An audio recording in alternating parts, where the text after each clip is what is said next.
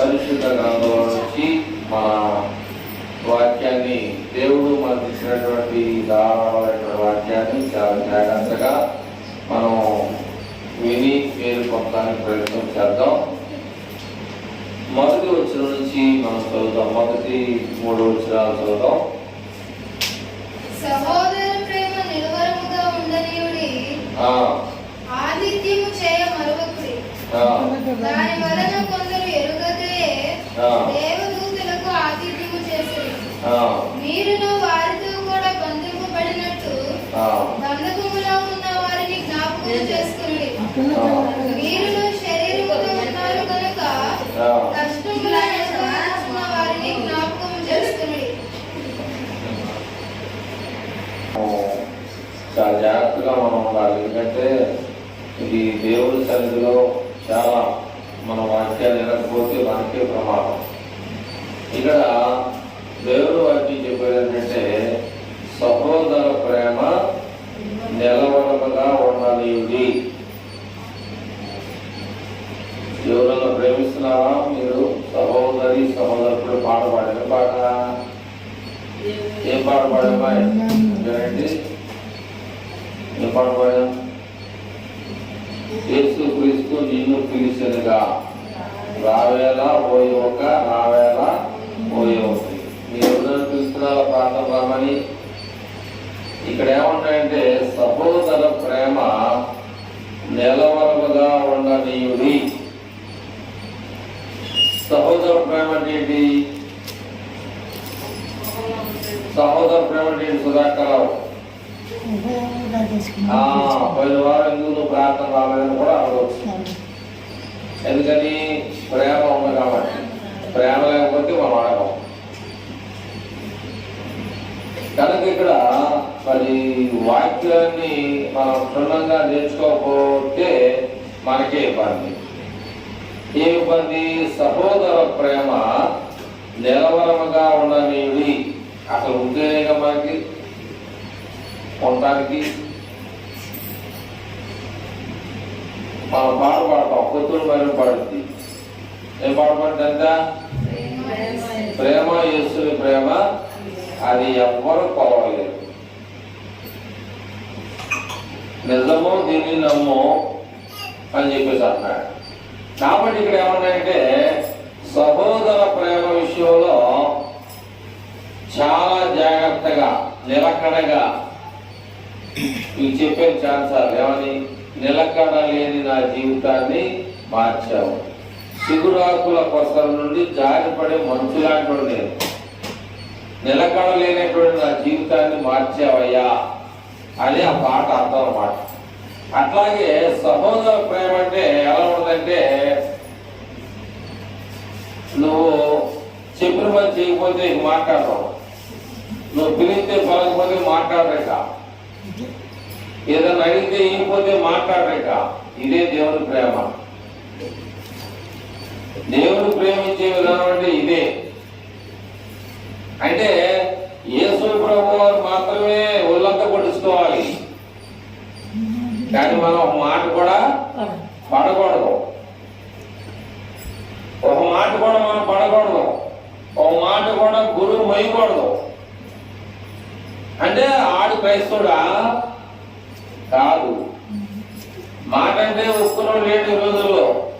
స్త్రీలు కానీ పురుషులు కానీ ఒక మాట అంటే వినేవాడు కానీ పడేవాడు కానీ లేడు. మరి ఈ ఎవరు చేస్తాడు? సహోదర ప్రేమను ఎవరు గౌరవిస్తాడు? సహోదర ప్రేమని నేను చెప్పలేని విషయం మీరు అలా చేయగని బైబిల్ చెప్తుందన్నమాట. సహోదర ప్రేమ నిలవరముగా ఉండనీయుడి. ఏమన్నాడు కదా? అసలు ప్రేమించలేనోడు ఇంకా ఆదిత్యం ఇస్తాడు. అర్థమైందా? అసలు ప్రేమ చూపించలేని వాడు అమ్మాయి ఇక్కడ పెట్టొద్దు. పెట్టమ్మా, మా అమ్మాయి వాక్యం చూడటానికి ప్రయత్నం చేస్తుంది కానీ అక్కడ చూడాలి కదా. ఏం చెప్తున్నాడు సేవకుడు అని వినాలి కదా, చూడాలి కదా. లేదా ఏం చేస్తారంటే కొంతమంది చదువుకునే పిల్లలు కానీ సేవకులు కానీ ఏం చేస్తారంటే వెనకాల కూర్చుంటారు. వెనకాల ఎందుకు కూర్చుంటారు? అమ్మాయి వెనకాల ఎందుకు కూర్చున్నారా? నీ పేరేంటి రావాలి, వెనకాల ఎందుకు కూర్చుంటారు? తను ముందు కూర్చుంటూ అడుగుతాడు కనుక వెనకాల కూర్చొని ఆ పూటకి ఆ కాలం గడిపేద్దాం అనేది కాదు. ఎవరైతే ముందు కూర్చోవాలి, ప్రిపరేషన్ ముందు కూర్చోవాలి. ముందు కూర్చొని ఏం చెప్తున్నాడు, ఏం విన్నావు, ఏం చెప్పాడు అని నీకు తెలుసా? నువ్వు ఏం విన్నావు, ఏం నేర్చుకొని చెప్పగలుగుతావు అంటే అది కావాలి మనకు. అది లేకపోతే మనం దేవుడి వాక్యాన్ని ఎంత విన్నా కూడా ఏమీ లాభం లేదు. తిట్టుకున్నా పోటాడుకున్నా అవి మాత్రం మర్చిపోము, ఒక్కటి కూడా మర్చిపోము. అంటే అవి అవసరం, ఈ మాత్రం అవసరం లేవు. కనుక మనం ఏం చేయాలంటే ఏది వదిలిపెట్టాలి, ఏది పట్టుకోవాలి అనే దాన్ని మనం ఆలోచన చేస్తే వదలాల్సిందని చెప్తాను పట్టుకుంటాం, పట్టుకోవాల్సిందని చెప్తా మనం వదిలిపెట్టేస్తాం. అప్పుడు దేవునికి నువ్వు కుమారుడు ఆ కుమార్తె అంటే కాదు. ఎంతవరకు మనం ఎవరి కుమారులము? నరుల కుమారులు, దేవుని కుమారులు కాం. నరుల కుమారులు అంటే దేవుడు ఏమన్నాడు? దేవుడు ఏమన్నాడు? మనిషి యొక్క జీవితం ఎలాంటిది? అదే చెప్పండి. నరుని యొక్క జీవితం ఏంటంటే నీటి మీద బుడగ లాంటిది, ఒక ఆవిరి లాంటిది, ఒక గడ్డి పువ్వు లాంటిది. మంచి పాట పాడుతూ ఉంటారు జ్ఞాపకార్థం. ఓ మానవుడా నీ గతి ఏమోను, ఏమేమి చేస్తున్నావో నీకు తెలుసా? కాబట్టి చనిపోయినా కాదు మనం బాధపడేది, బతికొండగానే తెలుసుకోవాలి. బాధలు వచ్చినప్పుడు కాదు దేవుడు, బాధ లేనప్పుడు కూడా మనకు కావాలి దేవుడు. అందుకని ఇక్కడ ఏమన్నాయంటే ఆదిత్యము చేయమరువకుడి. దాని వలన కొందరు ఎరుగక, అంటే ఆ సంగతి ఏం చేయాలో కూడా తెలియక దేవదూతలకు ఏం చేశారు? ఆదిత్యం ఇచ్చి ఏమంటారు? చదవమ్మా. మీరును వారితో కూడా బంధింపబడినట్టుగా బంధకములు ఉన్న వారిని జ్ఞాపకము చేసుకుని. మీరు శరీరంతో ఉన్నారు కనుక ఏం చేయాలంట? కష్టాల్లో ఉన్న వారి కోసం కూడా మనం ఏం చేయాలంటే ఏం చేయాలి? మనం కూడా వారిలో పాలు పంపులు పొందాలి, వారితో కూడా ఏకం కలిగిన వారిగా ఉండాలి, ఐకమత్యం కలిగిన వారిగా ఉండాలి. ఒకరి బాధలో ఒకరు ఏం చేయాలి? పంచుకోవాలి. అంటే బాధపడమని కాదు, నువ్వేం చేయాలంటే దేవునికి ఆ సమస్యను కూడా నీరుని కూడా దేవునికి ఏం చేయాలి? ఏమా తెలియజేయాలి. కానీ ఇక్కడ దేవుని యొక్క వాక్యంలో ఉన్నటువంటి విషయాన్ని మనం ఆలోచన చేస్తే 4వ వచనం 2వ లైన్లో చివరి కామ తర్వాత వేశ్యాములకును, అంతేనా? చదువు పర్లేదు. వ్యభిచారులకును దేవుడు తీర్పు తీర్చును. ధనాపేక్ష లేని వారై మీకు కలిగిన వాటితో తృప్తి పొంది, మీకు ఉన్న దాంట్లోనే తృప్తి కలిగి ఉండండి. నిన్ను ఏమాత్రమును విడువరు. కానీ దేవుడు ఏమన్నాడంటే నిన్ను ఎప్పుడు కూడా విడిచిపెట్టనన్నాడు. నిన్ను ఎన్నడను ఎడబాయను. కాబట్టి ఏమాత్రమో ఎన్నడూ వదిలిపెట్టనన్నాడు. కానీ మనం అన్ని విషయాల్లో దేవుడిని ఏం చేస్తాం? మర్చిపోతా ఉంటాం. దేవుడిని మర్చిపోతా ఉండి ఏం చేస్తామంటే ఏడుస్తా ఉంటాం. దేవుడు నాకు అన్యాయం చేశాడు, దేవుడు నాకు న్యాయం చేయలా, దేవుడు నాకు మేలు చేయట్లా అనేవారు చాలా మంది ఈ లోకంలో ఉన్నారు. అయితే ఇక్కడ దేవుని యొక్క వాక్యం ఒకటి తెలియజేస్తా ఉంది. ఏమిటి వాక్యం అంటే ఏప్రిల్ రాసినటువంటి పత్రిక 12వ అధ్యాయం 26వ వచనం నుంచి కొంచెం ముందుకెళ్దాం. అప్పుడు ఆయన శబ్దము కాబట్టి 26వ వచనంలో ఉన్నాయంటే అప్పుడు ఆయన శబ్దము భూమిని చలింపచేసెను గాని భూమిని సలింపజేసెను గాని ఇప్పుడు నేను ఇంకొకసారి భూమిని మాత్రమే కాక ఇంతకుముందు ఏం చేశాడు? భూమిని చలింపచేసెను. అంటే ఏంటి? మొత్తాన్ని నోవు కాలంలో భూమిని శుభ్రంగా తుడిచేశాడు. అవునా? నేనేం చెప్తున్నా? భూమిని ఏం చేశాడు? తుడిచేశాడు. అయితే నేను ఇంకొకసారి భూమిని మాత్రమే కాకుండా ఆకాశమును కూడా కంపింపజేతును అని మాట ఇచ్చి ఉన్నాడు. భూమిని ఒకసారి తుడిచేశాను, ఇంకోసారి ఏం చేయబోతున్నాడు అన్నాడు? ఆకాశాన్ని కూడా తుడిచిపోతా ఉన్నాడు.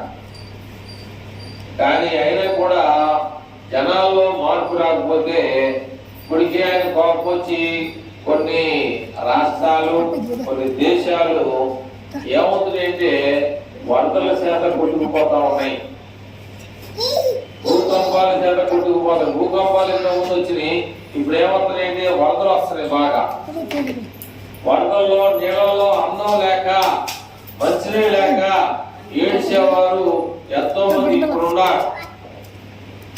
కానీ ఇవాళ మనం ఇలా ఉన్నామనేది సంగతి మనం ఏం చేయాలంటే మర్చిపోతున్నాం. మనం ఇట్లా ఉన్నామనేటువంటి విషయాన్ని ఏం చేస్తున్నామంటే మర్చిపోతున్నాం. కానీ ఎందుకు ఈ విషయాన్ని చెప్తా ఉన్నానంటే ప్రమాదంలో పడే పరిస్థితి ఉంది కనుక మనం ఏం చేయాలి? ప్రమాదం నుంచి తప్పింపబడాలంటే మనకి ఒక మార్గం ఉంది. ఏ మార్గం అది? నేనే మార్గం అన్నాడు ప్రభువారు, నేనే సత్యమును అన్నాడు. నా ద్వారానే తప్ప వేరే వారి ద్వారా పరలోకానికి చేరలేడు. నువ్వు ఎక్కడికి వెళ్ళా సరే, నువ్వు ఏ ఊరు వెళ్ళినా సరే యేసయ్య నీకు సహాయంగా ఉండాలి. అంతేగాని నీవు ఇక్కడ మనం ఒకసారి జ్ఞాపకం చేసుకుంటే ఏమన్నాడు? ధనాపేక్ష లేని వారై మీకు కలిగిన వాడితో తృప్తి పొందేవుడే నేను ఏ మాత్రమును విడవనన్నాడు దేవుడు. నేను ఎన్నడను ఎడబాయని చెప్పేసి ఆయన చెప్తున్నాడు. కాబట్టి ఏమన్నాయంటే ప్రభువు నాకు సహాయకుడు, ఈయనేమన్నాయంటే నేను భయపడను అన్నాడు. చూడండి ఏమన్నాడు? నరమాత్రుడు నాకేం చేయగలడు అని మంచి ధైర్యంతో ఇంతకుముందు మీకు ఒకసారి చెప్పాను. అంటే ఏమిటి ఆ విషయం అంటే ఇక్కడ విజయవాడలో వన్ టౌన్ లో జలీల్ ఖాన్ అని ఒక ఆయన నేర్చుకోవాలి. రెండో దేవుడి దగ్గరికి నేర్చుకోవాలి. తెలివి జ్ఞానం అనేది మొదటిగా ఎవరి దగ్గర నేర్చుకోవాలి? రెండవది ఎవరి దగ్గర నేర్చుకోవాలి? రెండవది ఎవరి దగ్గర నేర్చుకోవాలి? మొదటిగా దేవుడు ఆయన అడిగితే ఇస్తాడు. నిన్ను ఏ మాత్రం విడిచిపెట్టన్నాడు, నిన్ను ఎంత మాత్రం వీడు ఎడబాయని అన్నాడు. రెండోది ఎవరి దగ్గర నేర్చుకోవాలి?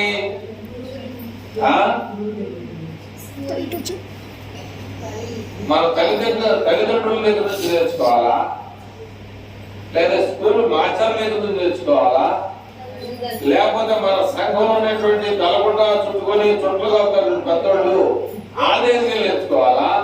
ఎక్కడ నేర్చుకోవాలి చెప్పాలి కదా. చాలా జాగ్రత్తగా మనం పోతే మనమే ప్రమాదంలో పడతాం. సేవం దగ్గరికి నేర్చుకోవాలి. అక్కడికి వెళ్ళి బైబిల్లో సేమలు బలము లేని జీవులే రాశాడు. సామెతల గ్రంథంలో ఉండదు మాట. సేమలు బలము లేని జీవులు. ఏ కోరుకుందో తెలుసా మీకు? ఏ కోరుకుందో తెలుసా? ఆ? నేను పుడితే మళ్ళీ చచ్చిపోవాలని కోరుకోను. దేవుడు ఏం చేసాడు చూసావా? ఇంకా ఆడికన్నా శరీరుడే ఉన్నా తెలియదు కానీ మన కాలు కింద పడితే చచ్చిపోయేటట్టు చేశాడు దేవుడు. ఎంత కోరుకోరింది? నా పిల్లలు చంపుతావని చెప్పి దేవుడు ఏం చేశా? ఇచ్చిన కాలు కింద పెట్టాడు. అట్లాగే మనం కూడా మన తల్లిదండ్రులు ప్రేమిస్తారు, మన వాళ్ళు అది వద్దట్లా. ఎంతవరకు దేవుడి కంటే ఎక్కువ లోపల ఎవడం లేడు, కానీ సేవల కంటే ఎక్కువ లేడు. అర్థమైందా? ఎండాకాలం కోసం వర్షాకాలంలో భోజనాన్ని సిద్ధపడుతుంది. అది కడుపంత ఎంతదంటే రోజుకి ఏం కావాలి ఏంటి మనకి ఏమైనా ఉందా ఆలోచన? కాలు కింద పడితే మనం గురుకొండ చచ్చిపోవచ్చు, లేదంటే బతికిపోయికెళ్ళవచ్చు. ఏం కోరుకుంది? నేను పుడితే దెబ్బ మనిషి. అందుకని మనిషి యొక్క జీవితం కూడా అంటే అదే చెప్పాడు. ఏమనంటే ఈయన ఏమన్నాయంటే ఆలోచన ఏమనంటే, కాబట్టి ప్రభు నాకు సహాయకుడు, నేను మాత్రం భయపడను. నరమాత్రుడు నాకేం చేయగలడు?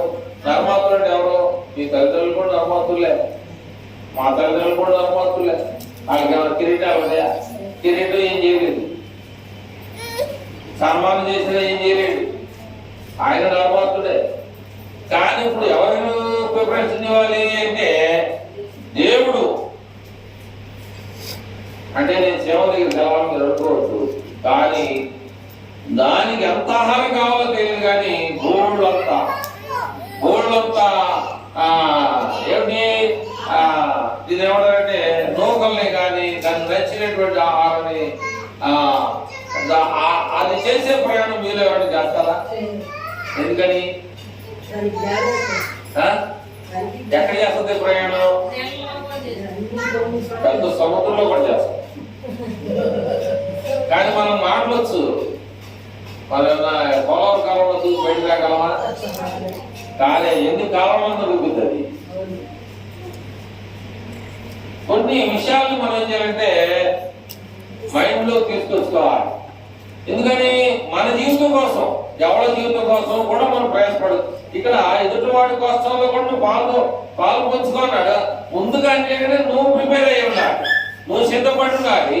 నువ్వు సిద్ధపడి ఏం చేయాలి? ఇతరులకి నీ యొక్క సహాయంగా అందించాలి. అర్థమైందా? కనుక ఇక్కడ దేవుని యొక్క వాక్యం ఉన్నటువంటి విషయాన్ని మనం ఆలోచన చేస్తే 7వ వచనం మనం చూస్తే ఏమన్నారంటే,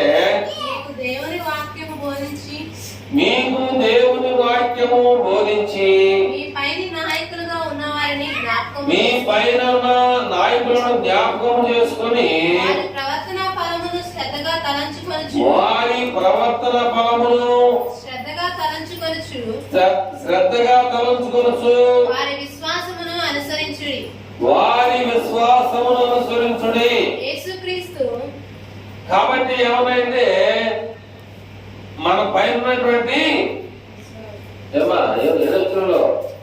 మీకు దేవుని వాక్యం బోధించి మీ పైన నాయకులుగా ఉన్న వారిని జ్ఞాపకం చేసుకొని వారి ప్రవర్తన ఫలములను శ్రద్ధగా తలంచుకొనుచు వారి విశ్వాసమును ఏం చేయాలంట? ఒక ఆయన ఉన్నాయంటే శాఖల కూటంలో నేనున్నాను. ఒక ప్రశ్న అడిగాడు, చెప్పలేకపోయా. ఆయన చేసంటే మూకుమ్మడిగా అందరినీ ఏమనంటే ఎవరైనా సరే సమాధానం చెప్పలేనప్పుడు, బైబిల్ని చదవలేనప్పుడు, బైబిల్లో ఉన్నటువంటి విషయాల్ని అడిగితే చెప్పలేనప్పుడు ఈ పని మానేసి మీకు నచ్చిన పని చేసుకుని బ్రతకొచ్చు అన్నాడు. ఒక మాట చెప్పాలంటే ఆడేవాడు అమాంగానికి అవచ్చు. కానీ ఎవరు అనుకుంటున్నా? ఆయన దేవుని చేత నియమింపబడ్డాడు కనుక మనం అనవచ్చా? అనకూడదు. అది మనం ఏం చేయాలంటే ఆయన అన్న దాన్ని మనం ఏం చేయాలి? ఇంకా ఎక్కువగా వాక్యాన్ని ఏం చేయాలంటే నెమర వేసుకొని ఈసారి మనం వెళ్ళినప్పుడు ఏం చేయాలంటే అడిగి దానికి సమాధానం చెప్పేవాడిగా ఉండాలి. అందుకనే మనకి క్రీస్తు సంఘంలో ప్రతి నెల సేవకులు కూడా ఉన్నది. అక్కడ పుల్లుగా ఇస్తూ ఉంటారు. అర్థమైందా? మీకు నేను మీకు ఇస్తానని మీరు అనుకుంటారేమో, అక్కడ మాకు కూడా ఇస్తారు అడిషనల్. అర్థమైందా? అసలు ప్రాజెక్టు మానేసేసి ఎందుకని మానేయమంటారు? ఎందుకని మానేయమంటారు? ఎందుకని అది మానేమని ఎందుకని మీరు మానేసా? అదే మరి ఇప్పుడు చెప్పలేనప్పుడు ఎందుకయ్యా మానేసాడు అంటారు. కారణం ఏంటంటే నువ్వు ఎక్కడో పర్లేదు, నువ్వే వెళ్ళకుండా ఆన్లైన్ తీసుకెళ్తావు. అర్థమవుతుంది? నువ్వు అసలు వెళ్ళాలి, నువ్వు వెళ్ళిన తర్వాత రమ్మని పిలవాలి. మరి నువ్వు వెళ్ళకపోతే నీ బాధలో రావాలిగా. అది విషయం. దానికి అర్థం ఏంటంటే అది మెయిన్ నువ్వు పర్లోకానికి వెళ్ళాలి, రెండవ దాన్ని తీసుకెళ్ళడానికి ఎండ పెట్టుకుని వెళ్ళు. అందుకని ఇక్కడ ఏమన్నాయంటే ఫస్ట్ వచ్చినలో సహోదర ప్రేమ చదవండి. సహోదర ప్రేమ విషయంలో నిలవరముగా అంటే నిలకడగా తప్పుకోకూడదు. గొడవాడుకున్న సమస్య వచ్చిన ఇబ్బందులు వచ్చిన మాట చెదిరిన మళ్ళీ ఎమ్మటే ఏం చేయమన్నాయంటే దేవుడు తెల్లారేసరికి నీ కోపం ఉండకూడదు అన్నాడు. మళ్ళీ మాట్లాడుకోవాలి మనం. అది దేవుని యొక్క నియమం, అది దేవుడు చెప్పినటువంటి విధానం, దేవుడు చూపించినటువంటి మార్గం అనమాట. ఎరుగు ఏమన్నాయంటే ఇందాక చెప్పేది యేసు క్రీస్తు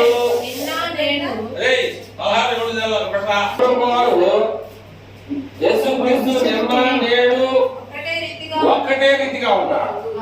మరి మనం ఏంటి మనలో కూడా ఏమనకూడదు, ఎంత భేదాభిప్రాయాలు. అందుకు దేవుడు ఏమన్నా తెలుసా ఒక మాట, ఇప్పుడు నేను కసుకున్న చూడు, పర్ల రాజ్యంలోనికి ఎవరెళ్తారని చేసుకున్న వారు ఎక్కడ అడిగితే ఆయన భూమి మీద ఉన్నప్పుడు అడిగితే ఉన్నట్టుగా ఎవరు చెప్పాడు? ఈ చిన్నపిల్లలు ఆటంకపరచొద్దు, వాళ్ళని దేవుని రాజ్యంలోనికి వెళ్ళడానికి గాలకి ఎక్కకూడదు, మీకు హక్కులేదని అర్థం. అంటే వాడు తెలియక చేసే పని అన్నమాట. అది తెలిసే చేసాడు కాదు. అందుకని ఇక్కడ ఏమనంటే మనం దేవుని రాజ్యానికి వెళ్ళాలంటే యేసు ప్రభు వారు నిన్న నేడు నిరంతరము అన్నాడు. నిరంతరం అంటే ఈ భూమి ఎంతకాలం ఉంటుందో, ఈ సృష్టి ఎంతకాలం ఈ భూమి ఉంటుందో అంతవరకు కూడా ఆయన మాటల తేడా ఉండదు. చదివినాలి మనం. యేసు క్రీస్తు నిన్న నేడు ఒక్కటే రీతిగా ఉన్నాడు. అవును, యుగ యుగములకును ఒక్కటే రీతిగా ఉండును. యుగ యుగాలు, ఇన్ని సంవత్సరాలు ఈ భూమి ఉంటుందో అన్ని సంవత్సరాల వరకు దేవుడు ఆయన సిలువేశారు కదా ఆయన చెప్పడంలో గొప్పలు పొడిచాడు. ఆయన పరిచిపెట్టి ఆయన చంపేమని చెప్పేసి అనడం. ఎందుకని సృష్టికర్త పుట్టించిన వాడు ఏమన్నా ఆయన్ని చంపమన్నాం. అది దేవత్వం. అది మానవత్వంలో కూడా తల్లిదండ్రులు కొడుకు తండ్రి దగ్గర ఉన్నాడు, తండ్రి కొడుకు దగ్గర ఉన్నాడు. ఎందుకని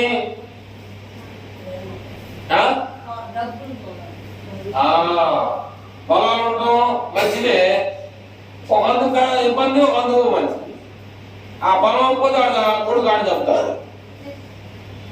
లేదు తండ్రి అమ్మాలనుకుంటే కొడుకు చదవబడిపోతే ఈడు ఆడి చంపుతాడు. ఆస్తి ఉన్నా తప్పే, ఆస్తి లేకపోయినా తప్పే. అట్లాంటి మనం మన జీవితంలో ఎన్నో వినుంటాం, ఎన్నోసార్లు మనం చదివి ఉంటాం. కానీ ఇక్కడ ఏమన్నాయంటే ఈ యేసు ప్రభు ఎందుకు పరలోకానికి ఉన్నాయంటే పరలోకం అంటే ఆయన నిన్న నేడు నిరంతరము కూడా ఒకే రీతిగా ఆయన మాట తప్పని దేవుడు. ఆయన మాట తప్పని దేవుడు. 146 అధ్యాయం 7 వచనంలో 6 వచనంలో కానీ కీర్తనలో ఉందనుకుంటా. 146వ కీర్తన 6 వచనం కానీ 7 వచనంలో కానీ చూద్దాం. దానిలోని సర్వమును సృజించినవాడు. ఆ. ఆయన ఎన్నడూ మాట తప్పని చూడండి ఇక్కడ ఏమంటాయంటే మళ్ళీ వచ్చిన ఆయన ఆయన అంటే దేవుడు ఆకాశాన్ని, భూమిని, సముద్రాన్ని, దానిలోని ఉన్నవన్నీ కూడా సృజించిన వాడు. ఆయన ఎన్నడూ మాట తప్పని వాడు. ఆయనంట ఎన్నడూ మాట తప్పని వాడంట. మనమైతే నేను అక్కడ నేనెప్పుడు ఉన్నానంటే నువ్వు మన ఇద్దరు ఉన్నాను కలుసుకునేటప్పుడు నేనెప్పుడు మీరు కలుసుకునే ఇద్దరు నేను అక్కడ వెళ్ళిపోతున్నానుగా అనేటువంటి ప్రయత్నాలు చేసి మనం ఏం చేస్తాం? నరమాత్రుడు మనిషి మనిషి ఎలాంటి వాడు? అంతలో కనబడి కొత్తలో అందులో అబద్ధాలు మాట్లాడతాం. కాబట్టి అక్కడ ఏమన్నాయంటే ఏమన్నాడు? నువ్వు ఉండడానికి భూమి ఇచ్చాడు, నీకు నేను ఉండడానికి ఆకాశం ఇచ్చాడు, నువ్వు దున్నుకొని కాయలు పండించి తినడానికి గోళ్ళంత పొలాన్ని ఇచ్చాడు. ఆనాడు అబ్రహాము, ఇస్సాకు, యాకోబులకి ఇంకా అనేకులకి ఏమి ఇచ్చాడు? ఇళ్ళు. ఎలాంటి ఇల్లు ఇచ్చారా? మరి నీకేమి ఇచ్చాడు? వాళ్ళే స్థితిలో ఉన్నారు, మనమే స్థితిలో ఉన్నాం. అవన్నీ మనం చెప్పకూడదు. ఇక దేవుడు మనల్ని ఆశీర్వదించినటువంటి విధానాన్ని మనం చూడగలిగితే గుడారాల్లో ఉండడం గొప్ప, లేకపోతే డాబాలో ఉండడం గొప్ప. అప్పుడు నిన్నే స్థితిలో ఉంచాడు, ఆయనే స్థితిలో ఉంచాడు అనేది కూడా. కృతజ్ఞత లేనటువంటి జీవితాన్ని కలిగి ఉంటే అభివృద్ధి చెందలేము. చెందిన కూడా ఉన్నది కూడా పోయింది. కారణం ఎందుకని? కారణం ఏంటంటే కృతజ్ఞత. కృతజ్ఞత అంటే ఏంటి? కృతజ్ఞత అంటే ఏంటి? అంటే మేలు చేస్తే కృతజ్ఞత ఇస్తావా లేకపోతే ఇవ్వా? కృతజ్ఞత అంటే గౌరవించడం,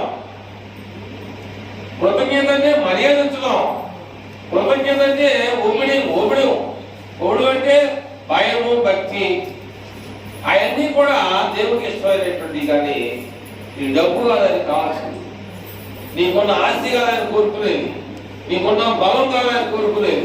ఆయన కావాల్సింది ఏంటంటే నీ యొక్క భయము, భక్తి, ఆలోచన పెట్టే విధానాన్ని చూస్తా ఉన్నాడుగా తప్ప నీ డబ్బు కాదు. చదవమ్మా చెబుదా.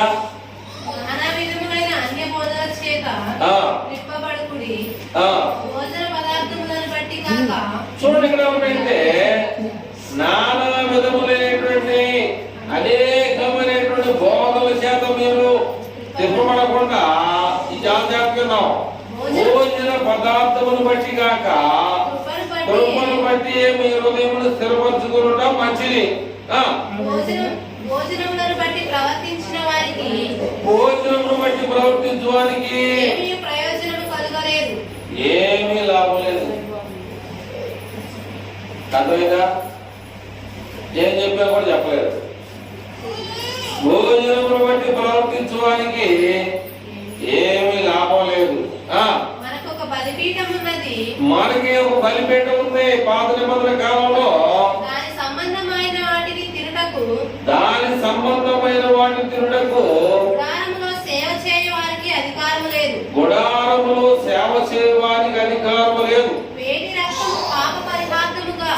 వేటి రక్తము పాప పరిహారార్థముగా పరిశుద్ధ స్థలములోనికి ప్రధాన యాజకుని చేత తేబడును. ఆ జంతువుల యొక్క కళేబరమును శిబిరమునకు వెలుపట దహింపబడును. కావున యేసు క్రీస్తు ప్రభువారు కూడా చూడండి, ఆయన తన సొంత రక్తము చేత ప్రజలను పరిశుద్ధులుగా చేయడానికై గవిని వెలుపట శ్రమ పొందెను.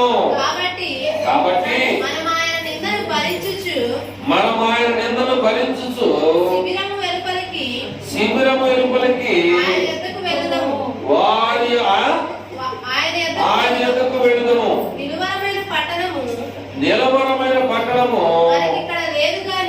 కాబట్టి ప్రియమైనటువంటి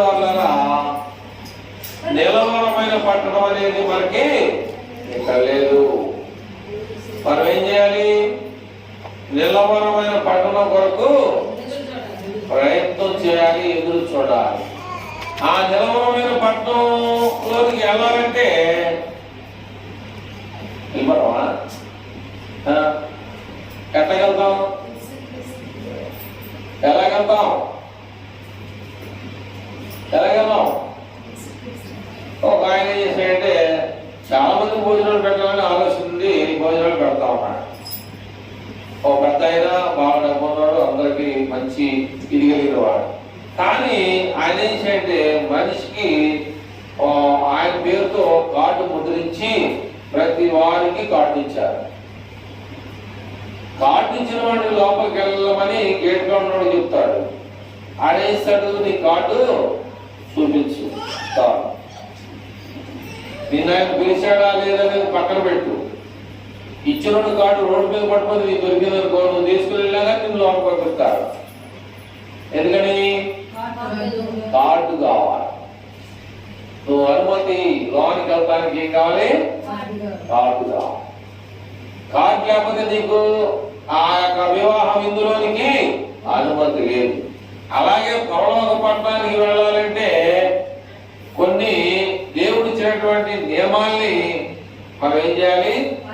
అనుసరించాలి లేక పాటించాలి. అవి మనలో ఉంటేనే ఆ యొక్క పెండ్లి విందు. 10 మంది వెళ్ళిన సంగతి మనంతా తెలుసు బయలుదేరి ఇంటికాడ నుంచి. కానీ 10 మంది ఆ క్రీస్తు ప్రభువారి యొక్క పెండ్లి విందులోకి వెళ్ళారంటే ఎవరైందని మనకు తెలుసు. ఎందుకు వెళ్ళలేదనేది మీకు నాకు తెలుసు. కానీ వెళ్ళాలని వెళ్ళారు ఇంటికాడ నుంచి. వెళ్ళిపోవడం ఏంటి, వెళ్ళకపోవడం ఏంటి అనేటువంటి విషయం అది. ఒక జబ్బడి వాళ్ళని పలకరిద్దామని చెప్పేసి ఒక మంది కూడా ఆ పెండ్లి విందులో వెళ్ళాలని సిద్ధపడి వెళ్ళారు. కొంతమంది సిద్ధపడ్డారు, సిద్ధపడ్డారు. అట్లాగే మనం ఏ పని మీద ఏ ప్రయాణంలో కోరుకొని వెళ్ళేటప్పుడు ఖచ్చితంగా దేవునికి ప్రార్థన చేసి మనం వెళ్ళాలి.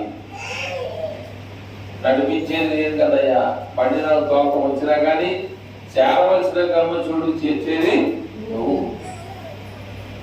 నాకు బాగా వచ్చుండొచ్చు, నేను ట్రాక్టర్ తోలొచ్చు, లారీ తోలొచ్చు, లేక బస్ తోలొచ్చు, అన్ని డ్రైవింగ్ చేయొచ్చు.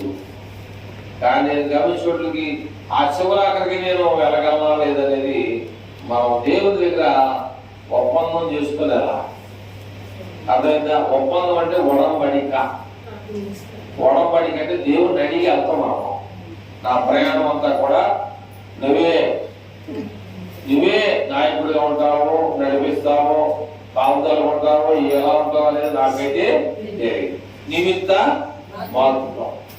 ఒట్టి వారిని మా దగ్గర ఎలాంటి శక్తి సామర్థ్యం మా దగ్గర లేదు అని చెప్పేసి మనం ఏం చేయాలంటే దేవునికి గొప్ప చెప్పుకొని మనం ప్రయాణం చేయాలి. ఎక్కడ 15 వచ్చావా? అయితే ఇక్కడ ఏమన్నాయంటే యేసుక్రీస్తు ప్రభువాన్ని ఏం చేశారంటే ఈ ఊరిలో నుంచి మొదలుకొని గొల్గోతా అనేటువంటి కొండకి తెలీదా? గొల్గోతా అనేటువంటి కొండకి కొట్టుకుంటా తీసుకుని వెళ్ళారు. తీసుకుని వెళ్ళి ఏం చేశారంటే అక్కడ శిబిరము అని ఉంది బైబిల్లో. అంటే కొంత పాత్రలకైతే తెలుసుకోవాలి. శిబిరం అంటే ఊరి ఎరుపుల, శిబిరం అంటే ఊరికి బయట. దాన్ని శిబిరం దీనిలో రాసుకొచ్చాడు.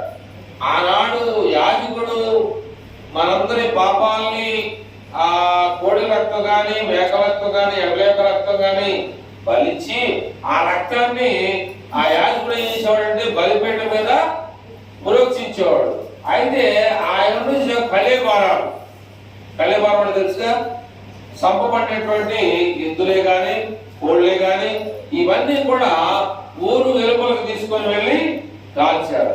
అలాగే ఇక్కడ ఒక వచ్చిన చదువుతాం. యేసుక్రీస్తు ప్రభువాన్ని ఎక్కడ ఏం చేశారనేటువంటి విషయానికి వస్తే 12వ వచనంలో మనం చూద్దాం. అంటే చూద్దాం 12వ వచనం 13-12 ఇశ్రాయేలు రాసిన పత్రిక 13-12 కావున యేసు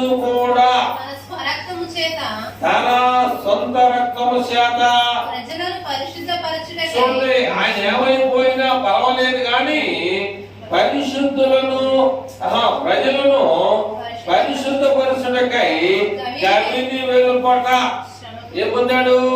శ్రమ పొందాడు. ఊరు బయట ఆయన చచ్చిపోయాడు. కాబట్టి మనం ఆయన నిందను భరించుచు శిబిరము వెలుపలకు ఆయన దగ్గరికి వెళ్ళవచ్చు. చాలా జాగ్రత్తగా మనం ఆలోచన చేయాలి. నిలవరమైనటువంటి పట్టణం ఇక్కడ లేదు. నిలవరమైనటువంటి పట్టణం అనేది ఇక్కడ లేదు. నాకేం రానివాడు ఉన్నాడు, నన్ను ఎవడేం చేస్తాడు రానివాడు ఉన్నాడు, నన్ను మించినోడు ఇక్కడ ఎవడో లేడనేవాడు ఉంటాడు. కానీ ఎంతో మందిని మనం చూస్తూ ఉంటే పడి నడుస్తూ ఉండదు. మనం ఏం చేయాలంటే దేవుని బిడ్డలు కనుక దేవుడితో మనకు సహవాసాలు కలిగి ఉంటారు. ఒకవేళ శత్రువు నిన్నేమైనా ఇబ్బంది పడాలని ఆయన కోసం ప్రార్థన చేయి. నిన్నెవరైనా ఆటంకపరచాలనుకుంటే ఆ వ్యక్తి కొరకు ఏం చేయాలి? నువ్వు ప్రార్థన చేయి. నువ్వు అభివృద్ధి చెందాలంటే నీ బిడ్డలు, నీ కుటుంబము, నీ ఇరుగు వారు బాగా వచ్చి స్థితిలో ఉండాలి అంటే నువ్వు ఖచ్చితంగా ఏం చేయాలంటే దేవుణ్ణి అడగాలి. దేవుణ్ణి అడగడం ద్వారా నీకు ఏమొస్తాయంటే ఆశీర్వాదాలు వస్తాయనేటువంటి విషయాన్ని మనం జ్ఞాపకం చేసుకోవాలి. అయితే ఇక్కడ 14 వచ్చిందమ్మా, ఉండబోతున్న దానికోసము ఎదురు చూస్తున్నాము. కాబట్టి ఆయన ద్వారా దేవుని ద్వారా మనము దేవునికి ఎల్లప్పుడూ అదే నేను అన్నది ఏమనంటే కృతజ్ఞతలు అంటే నీవు కృతజ్ఞత ఉన్నది స్తుతి యాగము. ఏంటది? స్తుతి యాగము. స్తుతి యాగము చేదుము అనగా ఆయన నామమును ఒప్పుకొనుచు. అయితే జిహ్వా అంటే జీవుడు. జీవుడు అంటే ఎవరు? జీవుడు అంటే ఎవరు? నేను మాట్లాడతాను చూసావా, ఆయనే జీవుడు. నేను మాట్లాడేటువంటి వ్యక్తి జీవుడు అన్నమాట. అప్పుడు మనం ఏం చేస్తామంటే ఆయన నామమును ఒప్పుకొనుచు జిహ్వ ఫలము అర్పించుదుము. ఉపకారమును ధర్మమును చేయ మర్చిపోవద్దు. అతి యాగములు దేవునికి ఇష్టమైనవి. ఏ యాగం చెప్పాలి మీరు, నేను చెప్తే కుదరదు. మా అయ్యగారు చెప్పాను అలా ఇప్పుడు ఎక్కడ కూడా బైబిల్ చెప్తా ఉన్నారు విషయాన్ని. పది చదువుతామా? ఉపకారమును ధర్మమును చేయ మరిచిపోకుడి. అట్టి యాగములు ఎవరికి ఇష్టమైనవి? అది ఆ మాట ఏమన్నాయంటే నిలవరమైన పట్టణం ఇక్కడ లేదు కనుక నువ్వు నిలవరమైనటువంటి పట్టణం కోసం ఎదురు చూడాలనుకుంటే నువ్వు చేయవలసింది ఏంటి? ఉపకారమును ధర్మమును చేసే విషయంలో మర్చిపోవద్దు. నీకున్న దాంట్లో కొద్దిగా పెట్టు. అడుక్కున్నవాడు వచ్చినా సరే ఉన్న దాంట్లో కొంచెం పెట్టు. దాంట్లో పెడితే ఏమవుతుందంటే ఊరికి ఏమవుతుంది? ఊరికి సునేమి రాలని ఒక రామ ఉంది తెలుసుగా. శావుడికి ఏం చేసింది తెలుసా మీకు? ఎవరికైనా ఇంట్లో గది కట్టించి ఆయన గది కట్టిస్తే ఆయన కరెంట్ బిల్ ఎంత అవుతుందో మన లెక్క. ఆయన వచ్చినప్పుడు అన్నం పెడితే ఎంత అవుతుందో లెక్క. ఎన్ని రోజులు ఉన్నాడో ఎంత ఖర్చు అవుతుందో లెక్క. కానీ ఏం లేదు ఆమెకి. అర్థం చేస్తారు అన్నమాట. అది కావాలి. పిల్లలు లేదు. ఈ శాఖడు వచ్చిన తర్వాత కుమారుడు వచ్చాడు. అది మనకు కావాల్సిన ఆశీర్వాదం. ఆయన వచ్చిన తర్వాత ఆ శావుడు ఎంత తిన్నాడు తెలియదు కానీ ఒక కుమారుడు ఇచ్చాడు. ఆ అదే అంటాడు దేవుడు. ఏమని? ఆడపిల్లలు పుట్టిన ఎవరైనా సరే మొక్క ఇరుక్కుంటుంది, జాగ్రత్తగా అంటాడు. కానీ దేవుడు ఏమన్నా తెలుసా? కుమారుడు యెహోవా అనుగ్రహించు స్వాస్థ్యము అనగా ఆస్తి, ఆయన ఇచ్చు బహుమానం. గర్భఫలము ఆయన ఇచ్చు బహుమానం. మర్చిపోయారు, గర్భఫలము ఆయన ఇచ్చు బహుమానం అన్నాడు. స్వాస్థ్యము అనగా ఆస్తి. అంటే ఆ కుమారుడు ద్వారా ఆ కుటుంబానికి ఏ రాబోతుంది? ఆస్తి రాబోతుంది. ఆ సునేమి రావు దగ్గర ఎంత తిన్నాడో నాకు తెలియదు, కానీ ఆ ముసలి వయసులోకి వచ్చేసాడు. అబ్రహాం లాగా ముసలి వయసులోకి వచ్చాడు. కానీ దేవుడు ఏం చేశాడంటే ఒక చక్కని కుమారుడిని అనుగ్రహించాడు. ఏళ్ళ బ్రతుకు తెరువు కోసం ఈ కుమారుడు కష్టాన్ని వీళ్ళు ఈ భూమి మీద ఉన్నంత వరకు బ్రతకానికి దేవుడు ఒక మంచి రాశాడు. అక్కడ ఎక్కడో తెలుసా మీకు? కుమారుడు యెహోవా అనుగ్రహించు స్వాస్థ్యము, గర్భఫలము, ఆయన ఇచ్చు బహుమానం అని ఎక్కడో తెలుసా? ఎక్కడుంది? కీర్తనలో. అలాగే దేవుడు చెప్పిన ప్రతి విషయం కూడా ఈ లోకంలో కూడా ఏం చేయబడుతుందంటే జరగబడుతుంది, జరుగుతుంది. అర్థమైందా? జరగబడుతుంది, జరగబోతుంది, జరిగింది కూడా. అందుకనే మరి ఆడపిల్లల్ని తీసేయకూడదు, అందరూ కావాలి. ఇవాళ ఏం చేశారంటే చాలా మంది కూడా అదే స్కానింగ్ లో ఆడపిల్లలు అని చెప్పేసి చాలా మంది కూడా ఏం చేశారు? అభాషణ చేసుకుంటూ ఉన్నారు. ఇప్పుడు ఏం చేశారంటే ఆడపిల్లలు తక్కువ అయిపోయారు, మగపిల్లలు ఎక్కువ అయిపోయారు. ఆడపిల్లలు లేదు, దొరుకుతారు తీసుకుంటా. అందుకనే చాలా మంది ఏం చేస్తారంటే అవసరాన్ని బట్టి వాళ్ళందరికీ వాళ్ళు తల్లిదండ్రులు మనకి లాగు లేనప్పటి నుంచి మనల్ని పెంచారు, పెద్ద చేశారు కదా. మరి వాళ్ళ మాటిని వాళ్ళు గౌరవించి ఆయన చెప్పినట్టుగా వాళ్ళ చెప్పు చేతల్లో మనం ముందుకెళ్ళాలి కదా అనుకోకుండా వాళ్ళే శుభ్రంగా సంపాదించేసుకుంటా అంటే అది సరైన పద్ధతి కాదు.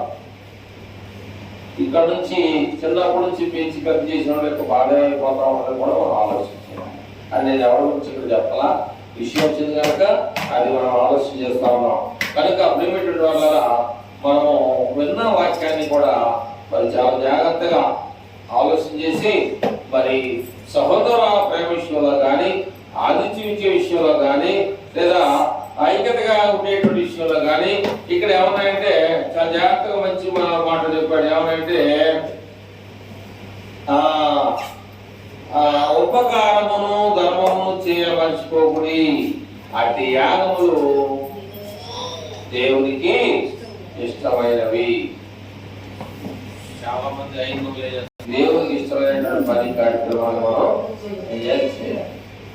చేసి ఆయన దగ్గర ఆ బోర్డులో తాకే అది తీసుకుంటారు బాబు అని చెప్తున్నారు. కానీ మనం పొందలేకపోవడం కారణం ఏంటంటే కొన్ని మధ్యలో అడ్డుకట్టలు అడ్డు తొలగించుకోవాలి. అడ్డుకట్ట తొలగించుకుంటే బోర్డులంతా ఆశ్చర్యపడడం. నేను ఒకసారి చెప్పాను, అది చెప్పేసి ముగిస్తా. ఇట్లాగే మన మధ్యలో ఉన్నటువంటి దుర్గా మరి అనిత అమ్మ బాప్తిజం పొందినాక రెబెక్కాని పేరు పెట్టమంటే పెట్టాం. ఆమె పుత్తూరులో ఉంది, ఇద్దరు ఆడపిల్లలు. బాగా ప్రార్థన చేసింది. ఎక్కడ మనకు తెలియదు, భర్త లేడు, చచ్చిపోయాడు. కానీ ఒక అమ్మాయికి దేవుడు ఏం చేశాడు తెలుసా? ఆమె ఆంధ్రలో ఉంటే తెలంగాణలో ఉద్యోగం ఇచ్చాడు, రైల్వే ఉద్యోగం వచ్చింది. రైల్వే ఉద్యోగం. ఇంకా ఆ చెల్లిని అమ్మను కూడా తేలిగ్గా పోషించుకోవచ్చు. కారణం ఏంటి? ప్రార్థన ద్వారా మన కుమార్తెకి దేవుడు ఉద్యోగం. ఎంతో మంది చదువుకొని ఉద్యోగాలు రాలేదని, నా వ్యాసవాళ్ళని చచ్చిపోయిన మీకు తెలుసు. ఎంత చదువు చదివాను, ఉద్యోగం లేక పెట్టుకున్న ఉద్యోగం రాలేదు, చచ్చిపోయిన ఉన్నారు. అది చాలా పిరిగి తర్వాత నీ పిల్లలు ఎట్లయితే ఈ డొలరా బాబు ఇచ్చినా కానీ ఎట్లాగా నీ పిల్లలు ఇబ్బంది పడతారో అలాగే నువ్వు దేవుడు ఇబ్బంది పెట్టు. నాకెందుకు సహాయం చేయ, ఎందుకు పుట్టించావుడా అని మనం అందరం అడగవలసినటువంటి వారుగా ఉన్నాం. కానీ అప్పుడు ఏంటంటే వాళ్ళ ఎంతవరకు మరి చక్కని విషయాలు దేవుడి గ్రంథంలో నుంచి మనకు దేవుడు మన శాపం ద్వారా ప్రభుత్వం ద్వారా కొన్ని విషయాలు తెలియజేసినటువంటి ఆ దేవాదేవునికి ప్రత్యేక